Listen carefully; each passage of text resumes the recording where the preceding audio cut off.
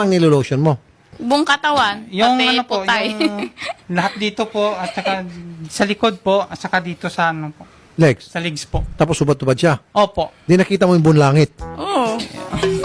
Opo, sir. Pero hindi na nga ako minsan tumitingin po, sir. Kasi siyempre ako nahihiya sa ginagawa niya. Sigurado ka hindi mo ginagawa-gawa tong istorya na ito? Ay, hindi po, sir. Hindi ko yung gawa-gawa po. So, hubot-hubad siya. Opo. Walang tapalodo. Wala lahat po. Nilalagay niya lang po, sir, tissue po. Nagkakisang tissue saan? Nilagyan niya ng binabangilan niya ng tissue po. Yung dalawa sa taas at saka yung isa sa baba. Opo. Okay.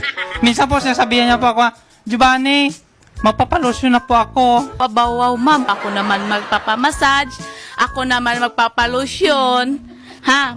Kung anong ginawa sa yung lotion, ganun din gagawin niya. Giovanni, narinig mo yon. Lotionan mo ako. Inere po ito kahapon at may YouTube title